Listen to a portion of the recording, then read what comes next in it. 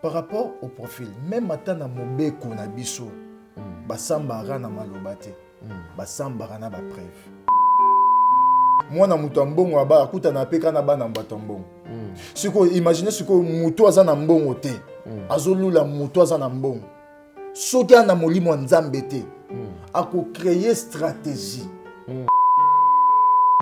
Première stratégie, akoluka a changer profil na ye. Aloba na mutu wana oye azate pona ko attirer attention à mutu wana epana ye. Et ça les mara.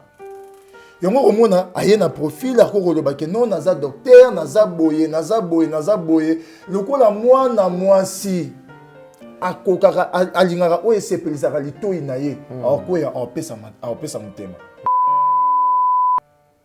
Est-ce que ndeko na biso aksa olani ava andima Kevin, est-ce que atunaki nzambe spirituellement parlant?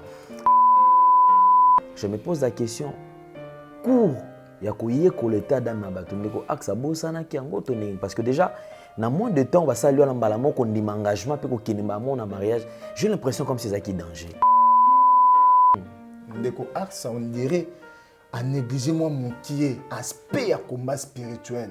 Oyo ba enseigner bango mutu po kabela il faut yeba état d'âme. Mutu po yeba o pese bolingo o bala ye o bomba ye na ndaku na ye il faut yeba état d'âme. Ngana mona ba toi batu et loko ndenge salimi papa Alain yeba ke et pour affecter même communauté wana.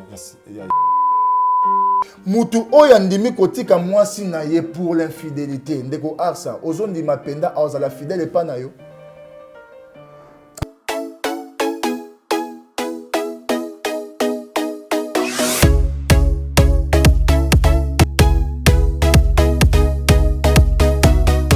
Vérité et réalité, votre magazine, mesdames et messieurs, vous qui nous suivez sur votre chaîne Nodattache, Nouvelle Tendance Télévision, bienvenue à ce tout nouveau numéro, certainement de partout où vous nous suivez. Nous vous transmettons les salutations de la part de toute la grande équipe qui nous accompagne aujourd'hui. Merci à Gédéon Loïka à la prise de vue, Jordan Panzo signe la réalisation, accompagné des Jona bien sûr, Nzouzi, et nous disons clin d'œil spécial à tous nos partenaires. Nous avons Yadjani Sita, Poutou, depuis Suisse-Irlande, un homme réglo et crédible. Clin d'œil spécial à Chouchouna Tatila, véritablement femme d'affaires. Je penserai aussi à Maman Marie M5 depuis Liège, qui représente la Fondation des Cœurs de la Nation, bien sûr. Et aussi, nous allons dire un grand merci au prophète et commandant chef Blanchard Kadhafi Kouloutou, qui nous suit depuis quelque part. Kouloutou choisit Matata. Et bonjour également à vous et à vous qui êtes certainement branchés. Si vous n'êtes pas abonné, mesdames et messieurs, allez vous abonner sur votre chaîne. Et il suffit tout simplement de cliquer sur le bouton où c'est écrit s'abonner en rouge. Et juste à côté, vous verrez une cloche. Touchez sur la cloche afin d'avoir toutes les notifications à chaque fois que nous aurons à poster de nouvelles vidéos, bien sûr. Encore une fois de plus, bien aimé dans le Seigneur Shalom. Bonjour, bonsoir, tout dépend de l'heure à laquelle vous nous suivez. Alors, sur ce plateau, nous allons recevoir un invité, mais avant de le recevoir, mesdames et messieurs, nous allons tout d'abord toucher à un point très très important et sensible qui nous donnera d'ailleurs accès à ce que nous aurons à toucher comme sujet aujourd'hui. Il s'agit du profil de ces messieurs. Kevin Kaseya, que vous connaissez d'ailleurs, depuis un certain temps, il fait rage. On parle de lui sur les réseaux sociaux, on parle de lui en tout cas et, un peu partout. Et sur la toile, c'est lui, en fait, il touche quand même le point. Toutei Kolanda mariage, Yande Konabiso Aksa Olangi, qui depuis un certain temps est à la une d'actualité. Tout le monde en parle. Alors, Tolikaki, Tomira Lelo, Kosolo la lesu, on sait qu'il concerne Yande Konabiso Kevin, Wazali, Mobali, Yande Konabiso Aksa. Ndeko Kevin Kaseya, qui était résident en Afrique du Sud, bien sûr, depuis un certain temps. Et Aoyaki Kobalande Konabiso Aksa Olangi, nous avons vu ces mariages de rêve, un mariage où il y a eu beaucoup de dépenses. Nous avons suivi tous en images. Potozongela, Penzatozongela, Kunate. Alors je crois, Awa Tokomekampe, qu'on parle sur le profil. Je pose une question simple, bien sûr, mais qui pourra qui pourra aider beaucoup de gens. Est-ce le profil que ce frère utilise est réellement son vrai profil? Point d'interrogation. Alors, parce que pourquoi beaucoup de questions tout autour de ces frères, alors que ce qui réellement profil à ça ne pouvait pas peut-être susciter la polémique tout autour de on a été contacté par une sœur de Konabis to bandi koluka on ne kwazo réclamer makamna bo funga mato boyoka bandi Konabis so si FMC soyons très attentifs et surtout sensibles na makambo ezotambola a. Vous savez, l'œuvre oyo batu o babanda ki yango bazui temps ebelé pour natina na kosala ko bunda fin que était les malilo. Dans moins de temps, on peut gâcher et puis perdre et ne plus parler de cette œuvre. Si FMC qui est une grande communauté, mais aujourd'hui, il commune un sujet, il y a makambo belé. Il y a eu un temps où on parlait de makambo état d'âme et tout consort, si FMC ça qui acquis dans makambo belé. Mais aujourd'hui, eza sous makambo na te et commune makambo oyo ya libala ya ndeko na biso Kevin oyo ayaki ko bala ndeko mwasi aksa olangi et susciter problème. Ndeko oyo Chipo azali ko déclarer nini. Elle déclare tout simplement Mongonae. Le 16 000 $ oyo apesaki ndeko na biso Kevin nde yango oyo azali ko déclarer. Ndeko oyo Chipo babandai ko vivre na vie à couple, c'est-à-dire que tant que moi sina mobali. Et elle révèle des choses réellement ezali ko lakisake bolingo na bango ezali ki basé sur la vérité. C'est-à-dire ezali ki loko un jeu monté de toutes pièces parce que l'homme avait besoin peut-être de soutirer quelque chose. Balingani basali makamna bango. Mais nous ne traînons pas sur leur relation amoureuse parce que la fille n'a pas besoin de ma relation amoureuse. Yazali ko réclamait juste kaka mbongo na ye. 250 000 rands. Voilà. Donc 250 000 rands ont déjà appelé ça pour na azaki na problème d'après exposition azalaki nango. Bandeko bele bazo poser ma question. Je me demande pourquoi seulement tout autour il y a ndeko na biso Aksa, tout ndeko na biso Kevin. Elingi koloba tout simplement que ndeko peut-être asala makambo me tour oyo a tomé na place moko mabe makambo na surtout et komi libanda exposé.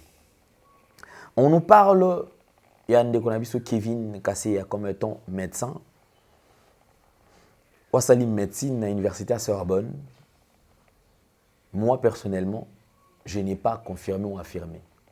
Mais je voudrais tout simplement vous faire voir qu'il y a une investigation pour voir si réellement il fait partie de la liste il y a des étudiants au Yobaleka à Sorbonne. Enfin, pour Akoma, médecin. Quel a été le résultat il y a université? Regardez, et le réponse, il y a université. L'université ne reconnaît pas Ndeko comme étant médecin ou étudiant à l'école à l'université. Capture d'écran, s'il vous plaît. Merci. Wana eza bachelibiso capture boti kotal. Ndeko na biso balobi non asala na médecin sans frontières et tout. D'après profil où il va présenté et pas tout. Investigation et côté. Babandi Kolandela, il n'est pas reconnu. Il n'a jamais travaillé là-bas. Capture de camp sous Péango. Il n'a jamais travaillé là-bas. Moi, personnellement, je ne dis pas qu'il y a un médecin. Mais jusque-là, on commence à douter. Parce que ceux qui réellement, qui assilent ça à l'université à Sorbonne, et que l'université à Sorbonne ne reconnaît pas Kevin comme étant étudiant, c'est que jusque-là, il faut tout le cas l'université. Parce que dans l'image, Balobi est médecin, d'ailleurs, il s'est présenté à la Sorbonne et tout. Makambo Itali, médecin sans frontières, il n'a jamais été là-bas. Tout le monde na profil wana. Les gens peut-être peuvent douter, peut-être que Batika n'a jamais qu'au solo là. Regardez cette capture de camp où ils allaient prouver les solos entre Ndekonabiso Kevin, Nan Ndekonabiso Chipo. Ils ont eu le temps de parler. Basolo laka. Bango mi bale botana na ba capture, bomona ndenge ni bazo solo la. pe esika ndeko na biso Kevin azali ko promettre ndeko ke akei kaka na 2019 akei Congo parce que baotaki ko kabwana na mwasi na ye oyo ya ndako ya Afrique du Sud. Donc à garantir ndeko mwasi que non yende mwasi ne or kobala baza na bango en bon terme. Avant de partir ndeko asengi ba aider na mbongo parce qu'il fallait que ta la famille et tout maman na ya zobela ndende kwa kendaki mbongo ba pesa ki yango ezali $16,000. Donc le $16,000 aux ndeko azali ko réclamer awa yango bomona na ba photo oyo bomona comment est-ce que bango mibale bazo solola. En dehors ya bango mibale ne bando ko sola bongo peut-être mutako ba ke noter batikala jamais encore il y a une photo qui prouve la suffisance que ndeko bazalaki quand même relation ezalaki. La photo dont vous êtes en train de voir maintenant, ezali photo na kati ya ndako ya ndeko oyo Chipo. Cette sœur Chipo na kati ya ndako na ende bozo mona photo oyo za. En dehors ya photo oyo, botala bango mibale siko ba fandi siko on est amoureux. Donc ndeko na biso oki konye yango te. En dehors ya oyo ndeko na biso Chipo a commencé par une démarche ya kokende ko lukambo on a temps à comprendre que ndeko azalaki comme mena ba aventure. Il n'était pas sérieux au départ. Abandi ko senga kaka azwa mbongo na ye. Bazo sola bango mbali akomela pe ndeko na biso Axa Olangi. Je crois que ndeko na biso Axa Olangi azali koyeba likambo ya ndeko mwasi oyo. Botala pe ba capture ya ndeko Axa Olangi, botala pe ba capture ya ndeko na biso Kevin ne babande ko solola na appel vidéo. Donc même na veille ya makambo ya libala bango bazo solola mais côté yo azo garantir ndeko kaka ke non baza en bon terme ya akozonga azo sala makambo na et tout comme ça. Ndeko na biso awa azana besoin makambo ebelete. Lelo to meka mpe ko épingler te ba point sur ba infraction établie dans makambo sur tozali parce que c'est qui est vrai juridiquement parlant il y a aussi ba infraction. Ce qui était à côté na kati réellement ba preuve ezali ozali ko lakisa kenon ndeko oyo asalaki boy et puis il était à ko trancher makambo. Vous avez suivi les images et à makambo surtout. Alors, et là c'est la déclaration ou l'explication ya ndeko na biso Axa Olangi. Axa Olangi qui parle de leur rencontre avec Ali Solo et rencontre na bango mibale.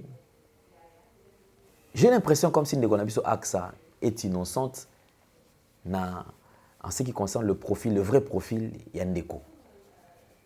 À l'entendre parler, c'est comme si Aïbi vient de côté. Et puis, si je ne me trompe pas, je crois, relation à Bango est très nette et humilité. Ils n'ont pas eu le temps de se connaître. Bah, il y en a qui est un peu plus vite, un peu plus rapide, et puis voilà. Bah, Kobalana. Suivons quand même en image une petite folie d'amour, en fait. Bah, on a quand une série à Bolingo, arrivé, bah, Fandi, bah, au solo là, on a mouru et après, Axa Olangi nous explique. On nous parle de leur relation. Tolanda, avant de nous inviter. Suivons.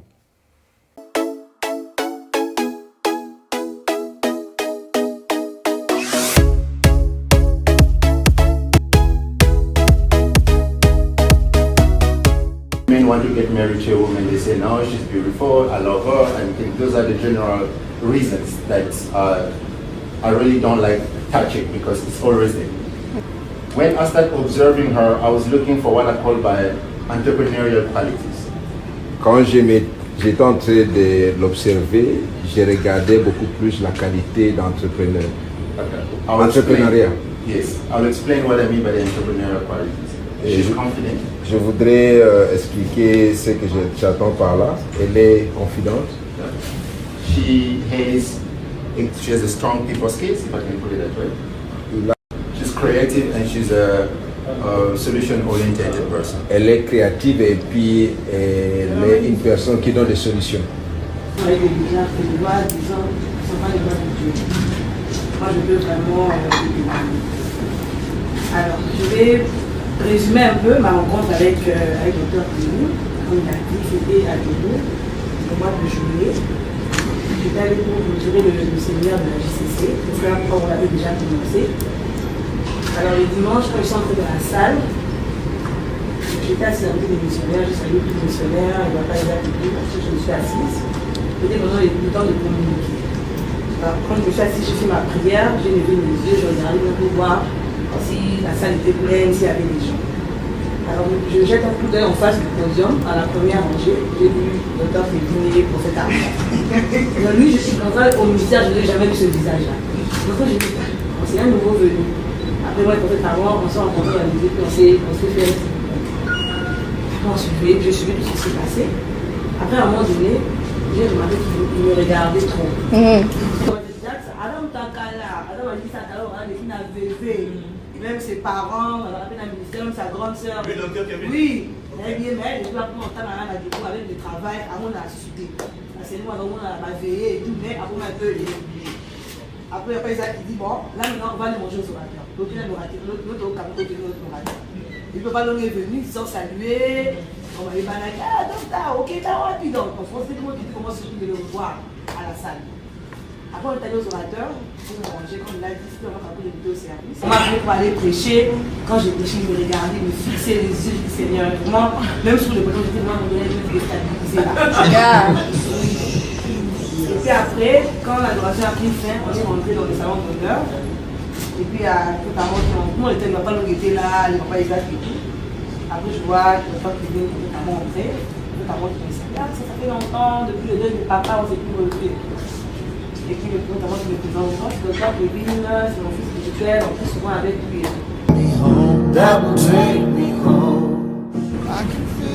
Je te donne ces cadeaux pour te dire merci. Merci de m'avoir accepté et de me rendre heureux. Amen.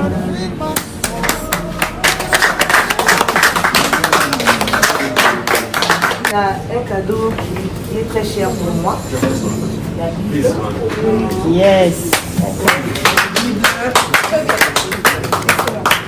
En te donnant cette Bible, c'est juste pour dire que Jésus-Christ soit la fondation de notre relation. Amen. Parce que la Bible déclare que si l'Éternel ne bâtit pas la maison, c'est ce qu'il a bâti en vain. Alors nous sommes en train de bâtir notre vie, notre mariage. Mon souhait est que nous puissions la bâtir avec Jésus. Amen.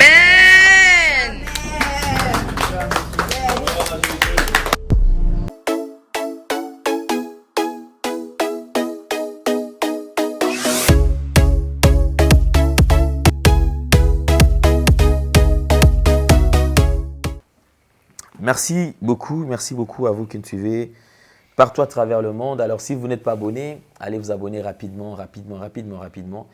J'ai toujours dit que nous sommes au milieu du village, nous restons impartials. Nous n'avons pas de parti pris, mais si il y a quelque chose, nous avons intérêt aussi à kolobela.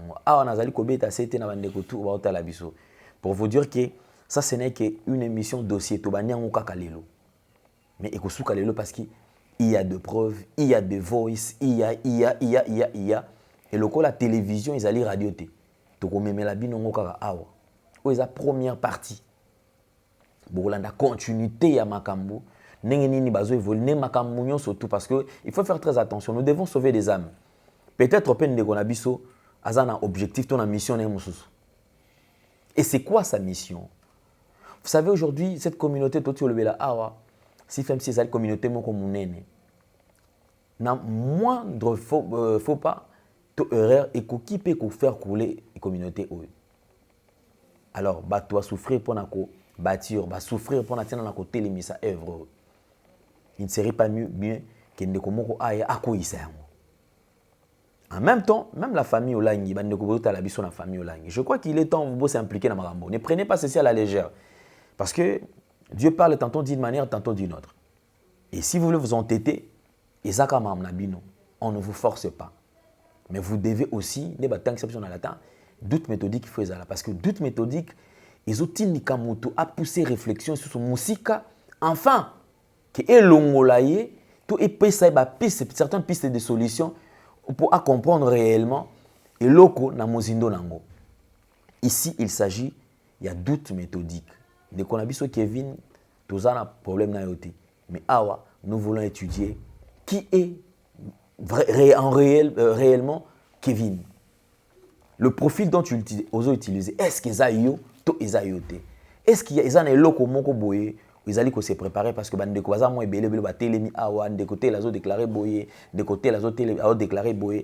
Mais il faut tout l'année na Mozindo. Nous avons le plaisir, mesdames et messieurs, d'avoir sur ce plateau un homme de Dieu, évangéliste, qui parle bien aussi. Obo Mesana, na déjà na plateau na biso. Donc, papa na biso, bienvenue. Biano. Moukoya, tout ça na awa na plateau. Je crois avec lui, on va essayer un peu de toucher. Surtout, j'aime sa façon d'être droit, en fait. Parce que franchise fait ça. Parti pris, il faut que le mouton a faute, a faute. De ce côté-là, en tout cas, il ne mâche pas les mots. Homme de Dieu, bonjour et bienvenue. Bonjour, papa Lendele, la tête bien faite. Merci. La santé, ça va? Par la grâce de Dieu, Ngolo. Souci dans les que non, aux ala bien, parce que depuis un certain temps, on a vu qu'on vivre pression. Vraiment. Quand on menace, des menaces, mais on ne baisse pas les bras, c'est aussi d'arrêter dans les menaces. Amen. Parce que tout ça, c'est selon Neng et Tina. Amen. Ok. Merci, je crois. Bonina nous Moussala Nzambe, Ezokende. Oui, Moussala Nzambe Ezokende très bien. Dans l'émission, tout ça, qui est un déroulement qui a tourné une question. A commis à l'objet que frère, est-ce que vous avez église nayo, père spirituel nao. Donc, Moussala Nzambe Ezokende bien par rapport à la question nayo. Na pesi mon père, le prophète Victor Katolomande, na pesi Bambote Place Azali, il est dans un cadre dans la communauté Christ Sauve. Nzamba pambola bango musala zo ke bien ngana na kata ya communauté Christ Sauve to c'est la Nzambe na domaine ya évangélisation. Alors pour nous répondre à la question na musala Nzambe zo kende na ngolu kitoko makasi. Merci beaucoup homme de Dieu. Je crois aujourd'hui nous touchons un point très sensible. Ezali point où ezali concerné profil. Vrai profil. Il y a des qu'on a biso Kevin. Ozaki nanga sur ce plateau. Je crois aussi qu'en même temps ya koyoka comment est-ce que je suis en train d'exposer na oetali profil ya ndeko. Au profil na e komi ko bangisa. Ba ndeko so albi que nous devons protéger notre sœur Aksa Olangi Oazali innocente d'après ba partie X to Y. Pendant bango ba albi que asa innocente parce que yete mtakenda ki vers mobali. Mobali ne mtakenda ki vers yé. Là lui revoit le chose na marambutu a oti ko yoka a en ce qui concerne profil ya ndeko na biso Kevin. Oki ko loba nini. Merci beaucoup papa Alain Dele, la tête bien faite. Na pas mboso bande nyonso bazwi libaku ya kolanda biso bofana malamu po to na makambo efoto loba to loba teka pona ko sepelisa batu mais to loba po batu misusu pe batire ba leçon et ba makambo ça fait partie à vision ko la pesi biso pona ko dénoncer ko loba non aux antivaleurs na église Nzambe. Par rapport au profil même atana mobeko na biso basambara na malobate basambara na ba preuve. Ce qui te relève la makambo, to le bela émotion, ba effet tout le monde. Bible zo le banabiso que tous à la prudent. Pour ba lourd à viscère, ba se déguiser na ba mémé. Quelque part la Bible ajoute encore même les diables se déguisent en l'ange de lumière. Et ça ba biloko eza ko talisa biso que Salomon abaki salobi eza ne loko mon côté ya sikanase ya mokili oyo oyo eza oyo eza la pe oyo eza la eza oyo roya toujours mona mingi toujours jusque là nazana au milieu du village mais toujours non makambo par rapport à profil eza na bato belé bana mibale belé ba changera ba profil na bango pour ba intérêt matériel to ba intérêt financier au baza ko lule pa ya mwasi songolo mpakala. On est comme escroquerie. Voilà. À kosi identité na ye. À kosi identité na ye po ayebi ke et pa ya mutu wana ya ne loko moko ya mutu ya na kozwa. Siko soki na ye kaka papa même bato mokili baloba ngo mwana mutu mbongo aba akuta na peka na bana mbato mbongo. Siko imagine siko mutu aza na mbongo te. Azolula mutu aza na mbongo. Soki ana molimo Nzambe te. À créer stratégie. Première stratégie, à changer profil naye. Alloba na mutuana oye azate pour attirer attention à mutuana et panaye. Et ça les mara. Yongo omona aye na profil akoloba ke non naza docteur naza boye. Lokola mwana mwasi akokaka alingaka oye sepelisa lito inaye. Akoya opesa mutema. Donc par rapport à ba profil ça ba makambo tu ya redouter te soki pena ba preuve zo mona na boye na soka ka wana na vana kepa bana basi na zana wana ndeko oyo ayebanite neti ngai na yo to yebi kaka à travers Axolani atika ko lisolo na ebeta matin nulle part to yebika na makambu kana mariage à Arsolane sikoyo bato bazoya na sima bado bake asalanga boye azongiselanga boye papa atakutu keto lobi ke non to banga te moni ba makambo na ba homme de Dieu mususu mona ba non makambo na j'entre pas je sais nzambe moko juger makambo na me dit ça c'est quoi ça et loko tozo moni za mabe au lieu to loba yango eza mabe pona ko sauver bato misusu tozo sa hypocrisie ngana ko sa hypocrisie te so bande ko nyoso na basi bazo ko sala ba réclamation na bango sur Kevin wana ba organiser ni wana za non analyse ba organiser ni to ke non bon ba organiser ni donc na fandi nanga boye Kevin wana to yebata yete aza estraté ba mona bi il faut pena créer le roman bo sérieux pour à gagner nini wana zo loba par rapport à bato bazo douter na makambo na zongi siko ne bandele tango romona mona mobala moni intérêt moni le roman malamu pas moi c'est akoluka stratégie pour ayeba ko sisser lisola le corbeau le renard pour azwa fromage eza na munoko na bec ya corbeau il faut maloba et puis na souka na compléter oui que na souka to négliger arrestation na moi mingi na souka va pesa ce conseil apprenez que tout flatteur vit au dépend de celui qui l'écoute il faut Babylone mususu la nature ne vous enseigne-t-elle pas il faut toujours rabaler sur na mokili toujours on a Genèse chapitre 3 ota la place bande ko na biso ya basi et belé bazokuya na makambo yo papa Alain ezo sala pasi non sala hypocrisie te ya ko ba kenon maram na bango nzambe te mais nzambe ata yo boyi ko ba nzambe se citer mabanga Genèse 3 chapitre 13 Genèse chapitre 3 verset 13 Papa Longo Tangela et l'Éternel Dieu dit à la femme pourquoi as-tu fait cela La femme répondit les serpents m'ont séduite et j'en ai mangé. Amen. Amen. L'isolo, il y a le corbeau et le renard. Tu as retrouvé dans la Bible, dans l'isolo, dans la séduction, il y a moisi et pas nyoka.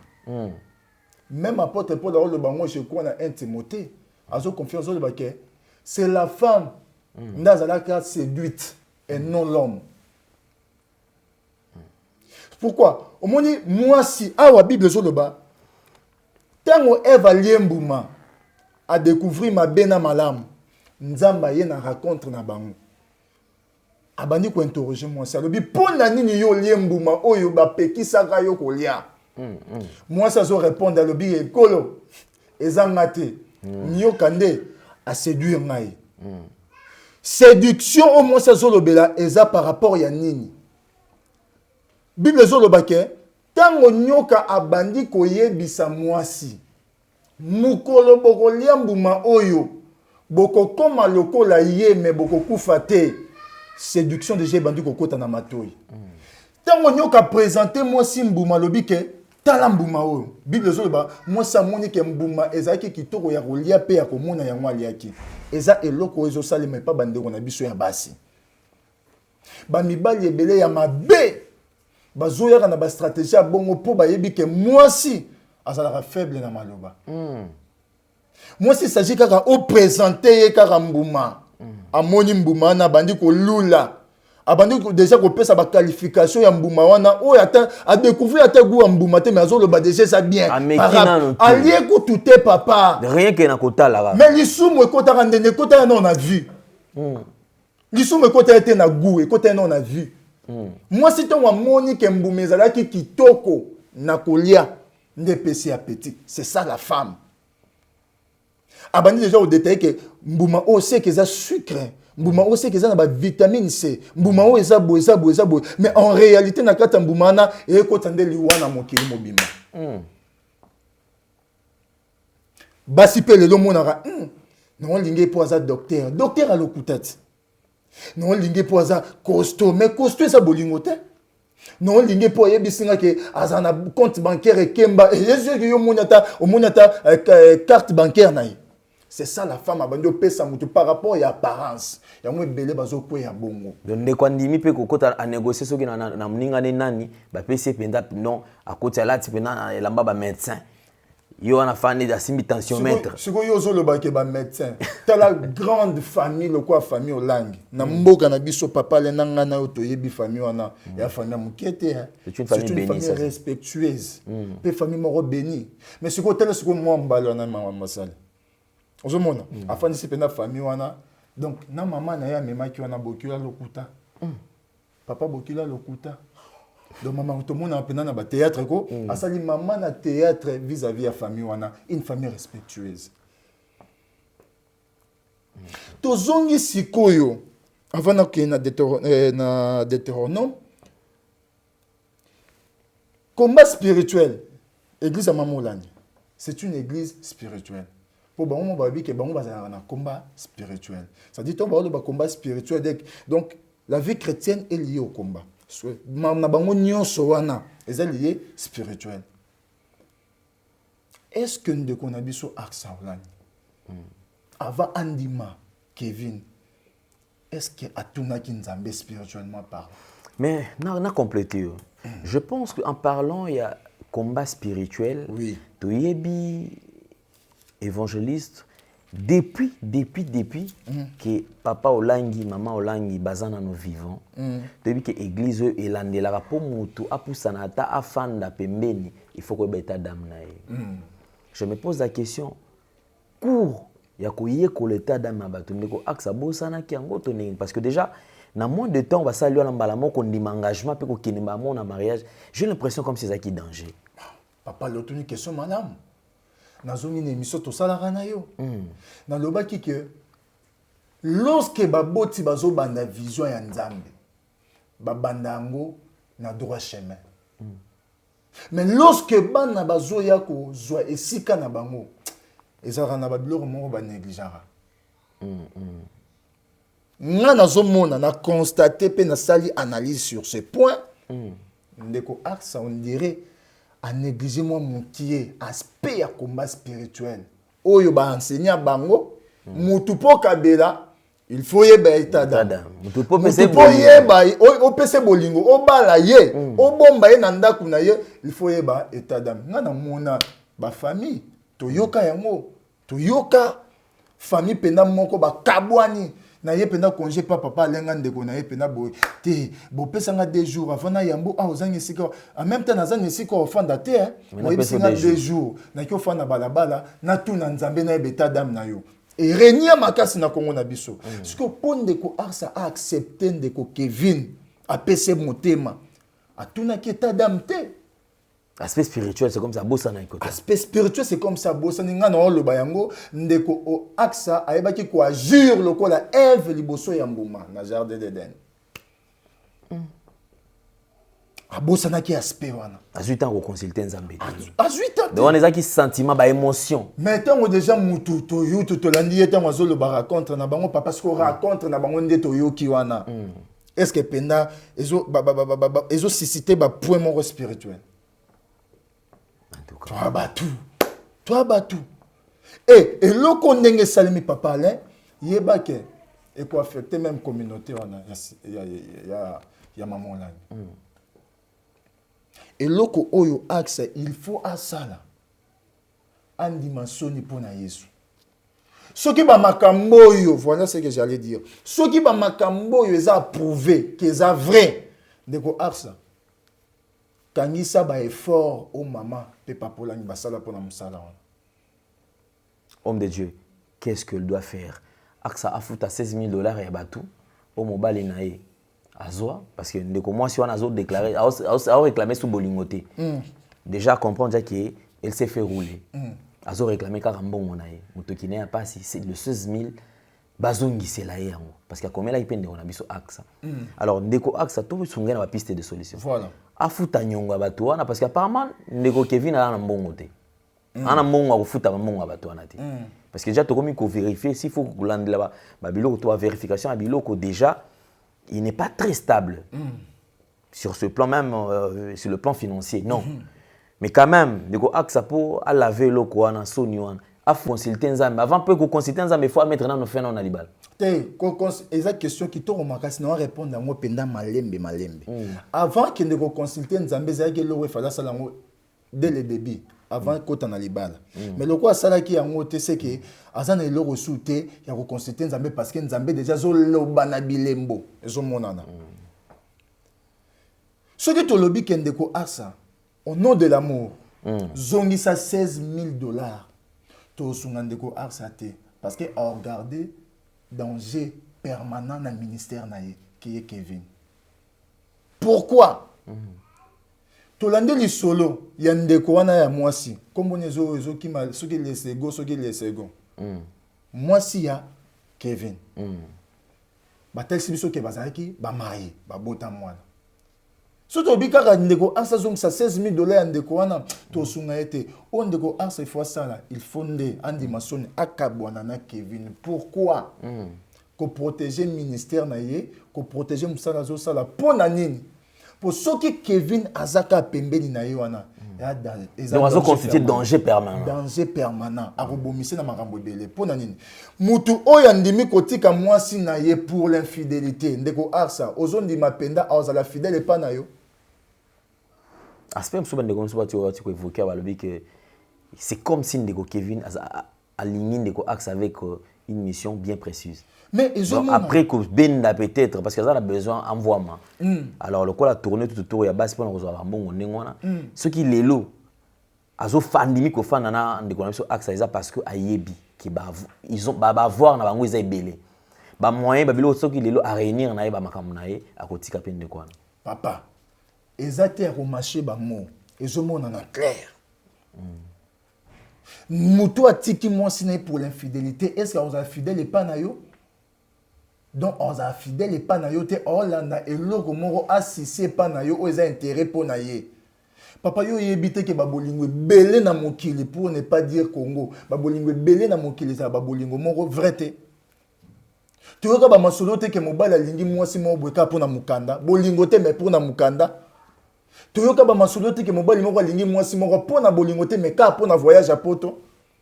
Toyoka ba bolingo mombo eteke mobala lingi mwasi te pona bolingo so meka pona mbongo na ye ebele ya basi wana so bazaki na ba position o boza na ngwana te mibali balinga ba s'approcher na bino te ba bolingo ebele lelo eza basé sur les matériels et bolingo penda ya solo bolingo neti le roi ya Arsa o na Kevin ezo mona na ke eza bolingo solo te l'amour ça s'éprouve papa et ça bolingo solo te surtout qu'il y a un aspect spirituel dans kata moni so ki eloko comme répétitive et ça danger il y a un ça ne va pas wana siko eza ke ko exhorter bande ko na biso ya basi ya famille Hollande wana na olo bango par amour il faut ba luka pena nzambe makasi. Parce que moi, je suis dans l'INA, je suis dans l'Anda qui interview, je crois qu'il est Hollande, il n'y a pas un pasteur. Dans l'Anda qui est sur le mariage, il y a un salakibo. Il y a un salakibo. Il y a un salakibo. Et ça la boue. C'est-à-dire que ça babilo que se répéter dans la famille et ça bien il faut battre les mélanges dans ma bonne délit. Bakata et l'eau qu'on a pour baza un aspect spirituel. Papa, oh le banin.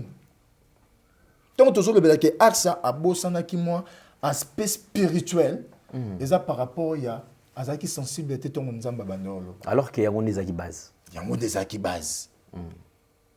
Pasteur Roland Dalo, un homme de Dieu, on a une révérence, c'est belé panaye papa, na pese mbote place azal. A pesa qui est message. Alors il y a 18 mois avant ba makambo e salema na benaki aksa. Axe on a bengi na pesi message oyo abandé ko préparer voyage na ye na Afrique du Sud. To ebité so ki Afrique du Sud moi ke na ki pour na kutana Kevin to ebité so ezaki début relation na bango to ebité. Mais albeti yango solo pona bazaki kuna pona kata je crois convention. Akenda ki pona sala msala na convention akutani afana na kati ya moni mutu mafana ko taba chantre ba musicien autala tala fixer regard nene ko Kevin. Voilà. Na suka zo finir lisu. Ya lobi me moto ndenge ni place départ ya mama na bangwende ya. Donc finir lisu na kati ya convention. Déjà départ ya ma. La présence en Zambie, il y a un déconcentré. Ozomona. Donc parmi bana Nzambe so basangani ya dia bepe bayaka. Yango to kebara mutu nyonso yaka. To yaka ka oluka Nzambe te. Ozomona papa le. Ba pesi message na bandela ko tu vision message parce que yebani déjà que amoni asazo olata paire de chaussures ou eza pointure na yete. Ba tu ba o sekaye. Mais papa, ba prévenant qui est déjà va makambo ya. Yango to ana raison ya koloba ke a perdaki moi muke aspect spirituel.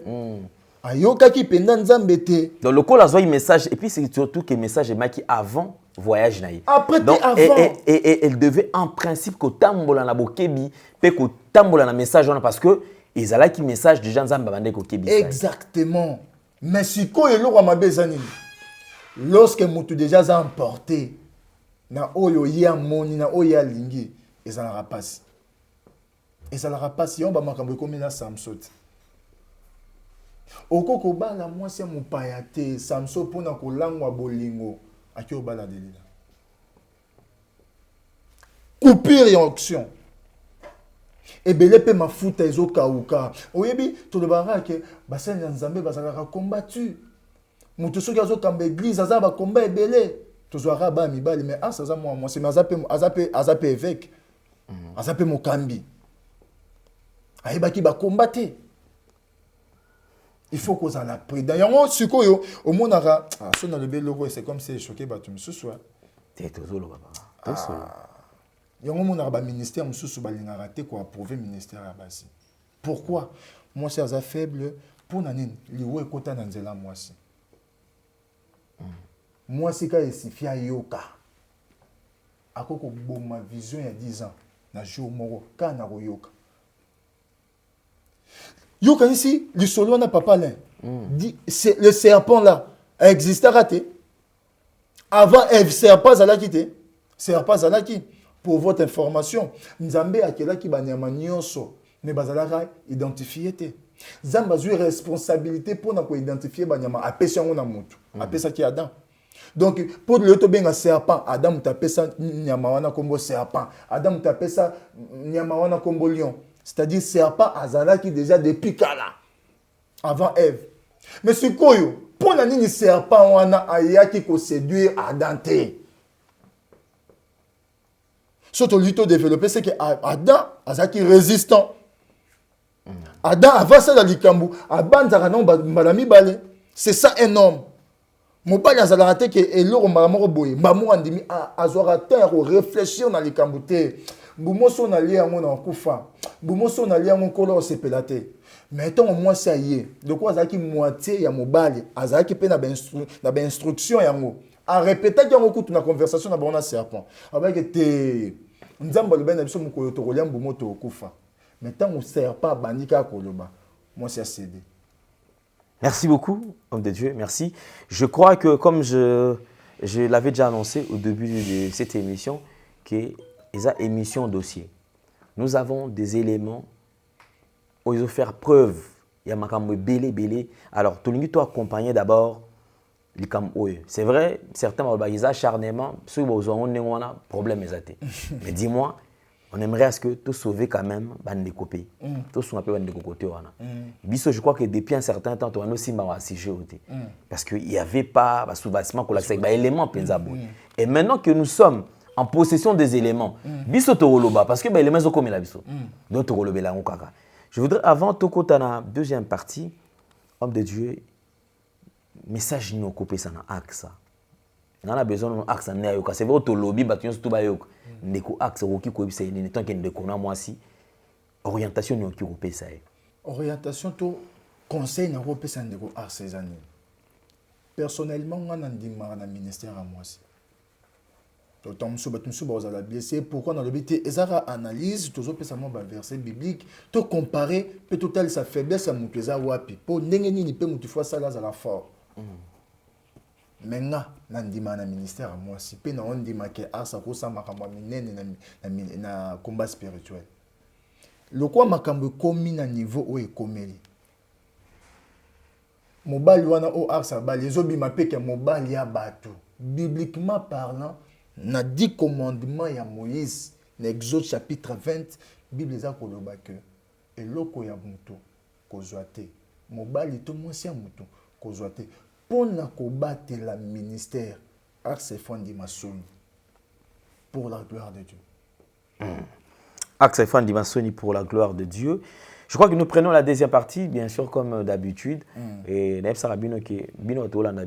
allez attentif, vous allez bénéficier de quelque chose, bien sûr. Et si vous avez besoin de soutenir le serviteur de Dieu, n'hésitez surtout pas. Son numéro est affiché au Kiko Benga. Un problème d'encadrement spirituel, un problème où il y a au Kiko aider, ko hésiter, ou se confier à eux, ko yoka nengni nzambe au Kiko orienter. Alors vous avez la parole pour la deuxième partie.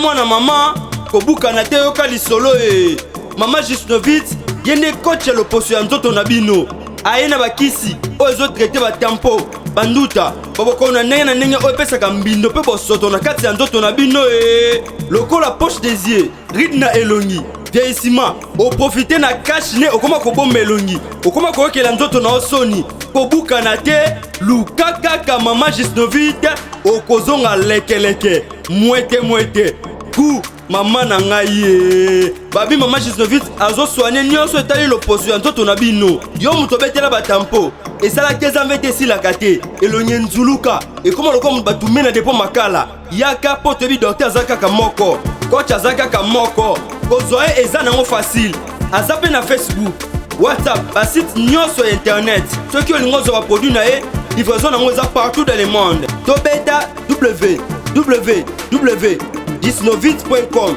azosala la pe compte YouTube tobenga biso awana plus 44 74 24 025 737 nabwaneli lisusu plus 44 74 24 025 737 balapa.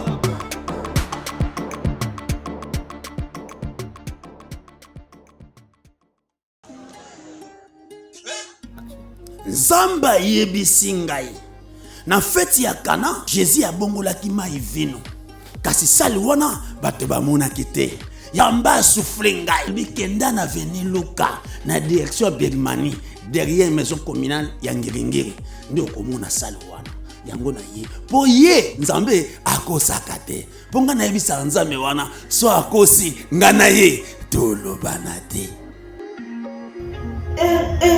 Du nouveau à Kinshasa, Ngirigiri Latilamba Sika, la salle polyvalente Sam Selchek met à votre disposition une salle de qualité, conditions VIP, sécurité assurée, tout au bon point, très disponible à un prix abordable. Mariage, conférences, réunions, anniversaires. Pour toutes vos cérémonies, Sam Selchek, très disponible. Bien-aimés de toute la ville de Kinshasa, RDC, Tobengi Sibino, Yassika, du nouveau, nulle part ailleurs, du nouveau à Kinshasa. Pour tout contact.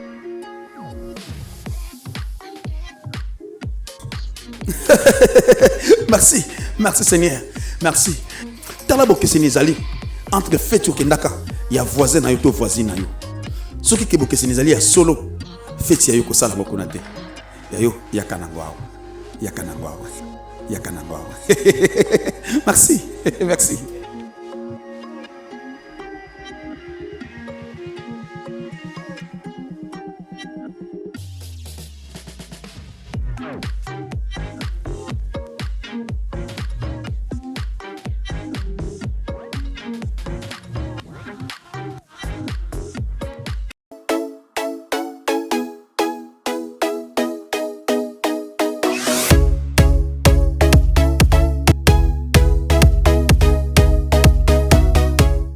Encore une fois, shalom peuple de Dieu. Tolingi to partager na bino mo eloko moko pendant 2 minutes. Oye kosunga pe kondima na bino. Tous dans le livre il y a Deutéronome chapitre 30 le verset 19. La Bible dit: J'en prends aujourd'hui à témoin contre vous les ciels et la terre. J'ai mis devant toi la vie et la mort, la bénédiction et la malédiction. Choisis la vie, afin que tu vives, toi et ta postérité. Nous disons Amen. Bien-aimé dans le Seigneur, on a dit continuer exhortation dans la maramou et talishua. Ba vie à batu belé. Na tchaka batu belé te mais na tcha vie à mutu na sia mukili. Eza lié na choix oiseau sala dans le présent. Obi mutu asimbami na biloko misatu. Mutu asimbami na le passé na ye. Mutu asimbami na le présent na ye. Mais mutu asimbami pe lisusu na futur. Mais ezana ba étape mi balé ou ezo dépend d'une étape moko. Il faut étape wana ezala malamu pour esimba pe ebongisa des étapes où etikali na vie ya mutu. C'est le présent. Mutu akoki kozala na le passé moko ya mabe. Mais soki le présent na ya bongisi yango ekosukola le passé na ye pe ekobongisela ye futur. Oyo tozo sala dans le présent, bien aimé, cela est lié à notre futur. Tango mutu oyebi ko choisir te, tango mutu oyebi ko sala choix ya malamu te na présent na yo, yeba ke futur na yo eze okufa. Parce que nyonso mutu asalaka lelo, so mutu azo sala lelo, futur na yo zo dépendre na yango. Yango na ligina exhorter batu moko na tongo lelo que bien aimé, il faut que lukara ko zwara temps avant opona. Parce qu'à venir na yo mobimba et ko bebi samara na chose au sala lelo. So na zolo beleza choix ya moi cité, ezaka choix mobalité, mais exactement mususu ba choix ya musala oyo lingo sala. Choix ya domaine oyo lingo sala. Il faut ko kebara mingi avant ko sala choix. Il faut que tout na nzambe. Bible zoloba na biso na Deutéronome. Nzamba zoloba. Na zui likolo pe mabele loko a témoin contre bino. Na tie liboso na bino biloko mibale. Na tie liboso na bino vie. Na tie liboso na bino liwa. Mais na sengi na bino bopo na vie. Po bo umela tango mulai. Sur le plan de la révélation, vie ezara te otozo paiement. Mais vie matérielle pèse à l'ara. Vie financière pèse à l'ara. Vie physique pèse à l'ara. Donc, vie toi que tu vas ramener dans le domaine, il y a bon mot inabiso. Mais ce que vie on a poto vivre yango. Les autres dépendent de choix otozo sala lelo. Et belé ba kotisa liwa na ba vie na bango po ba sala choix mabe. Et belé bandima ko kende mabala moko omona bandinga baza ko réjouir na ba fruit ya libala. Mais yé depuis à kota ndako na libala ezaka minyoko na minyoko. Tala choix na yo. Est-ce que sala choix malam? Et belé ba kotisa ba liwa na bon moyi na bango. Même musala zo sala ba misu ba sala yango ba avansara. Mais yé avansara te pour anine. T'as la choix au sala lelo. Et quand on oyebi ko découvrir que au sala choix moko ya bien te na vie na yo, bien aimé Luka o se débarrasser na yango. Quel que soit no sala ki eza précieux liboso na yo. Bien aimé pour na lobby na yo, ndimo kabwana na yango. Bien aimé na tongo leo na posa mutu akabwana. Na eloko nyonso oya pona mezongisa esima. Na eloko nyonso ya pona ekenisaka ye liboso te. Na eloko nyonso ya pona lelo kotise na kati ya libulu bien aimé kabwana na yango. Nebi ke mwana mwasi wana azo coûter penda trop cher pona yo, aza importante pona yo, mais azali élément ou aza ko nuire ko boma vie na yo, bien aimé pona vie na yo kabwana na mutu abongo. Eza na batu misu baza batu sauveur, baza batu libérateur. Derrière lui génération mobimbezo dépendre na ye. Ce côté la génération mobimbeza na sima na yo, qui est lelo yo sali choix ya mabe. Donc obomi kaka vie na yo te, mais obomi vie ya génération mobimba. Soki Moïse a soit conscience était ya koboya kobenga mwana ya Pharaon, Israël est bimate na Égypte. Mais lorsqu'il soit conscience ya koboya kobenga mwana ya Pharaon, de Israël les qui liberté. Libération, bénédiction et sengo ya bato ebele. Ils ont dépendre na choix oyo zo sala lelo. Avant opona, pensaka na bana na yo. Avant ça la choix, pensaka na mwasi na yo. Avant ça la choix, pensaka na ba parents na yo. Pensaka na bandeko na yo. Parce que oyo zo sala, bato ebele ba subir conséquences.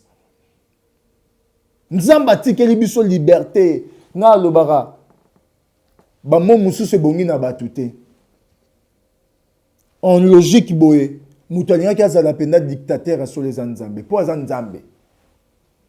Mais Nzamba boya ko la dictature. Atikeli biso liberté ya repona. Alobi na tie des chemins liboso na bino. Bon moi. Peliwa. Mais pour ça na Nzambe za bo pona bon moi. Po bo umela. Atiki biso to pona. Parce que pour nani nozo luka ko luka bo liwa na vie na yo. Mukolo Abraham akabwana kina Lot. Mongongo oye lobalia ki Abraham na Mésopotamie, sors de ta patrie, va dans les pays que je te montrerai. Et quand qui lorsque Lot azaki pembe na Abraham. Maintenant Abraham akabwani na Lot. Mongongo ne zongi pona ko yebisa Abraham, tala kuna mboka yo kopambola mayango wana. Ebele pe likolo za kokangama, nzamba zoloba te parce que pembeni na bango ba Lot bazan.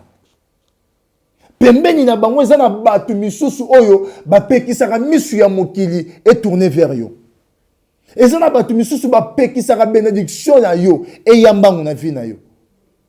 Mais tant on reçoit décision ya kokabwana na batu misusu, ya kokabwana na biloko mususu, bien aimé likolo ko fongwamela yo pe lipambole ko komela yo.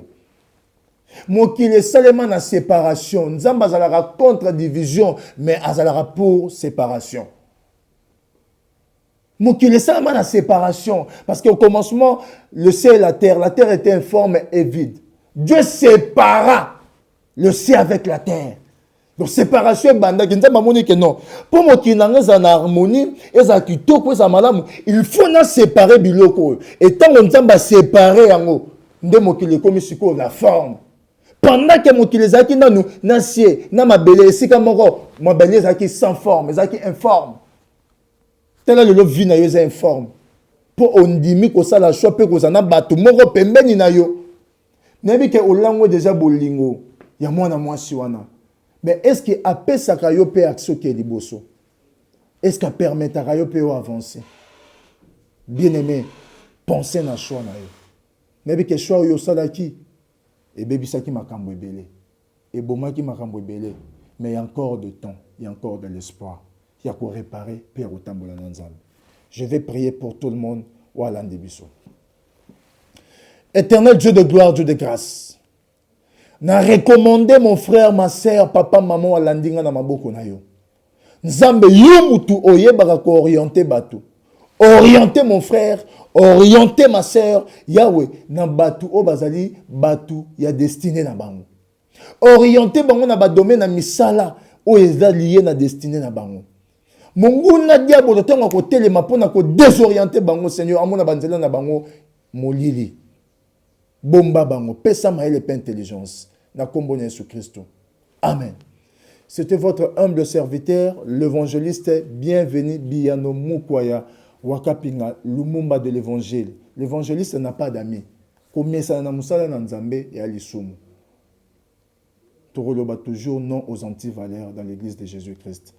Nzamba pambola mon fils, Oya tambola nanga Sergio Penge, la couleur d'origine. Que Dieu te bénisse mon fils. Ndenge o assista ki ngai présence de salinga malam. Nzamba pambola papa alendele, apambola nouvelle tendance, apambola bande konyo so ba travailler naye.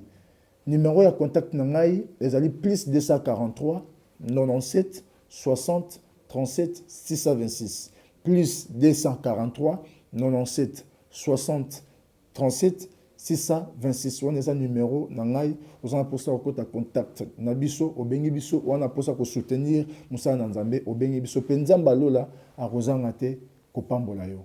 Nzamba pambola bino, bye bye.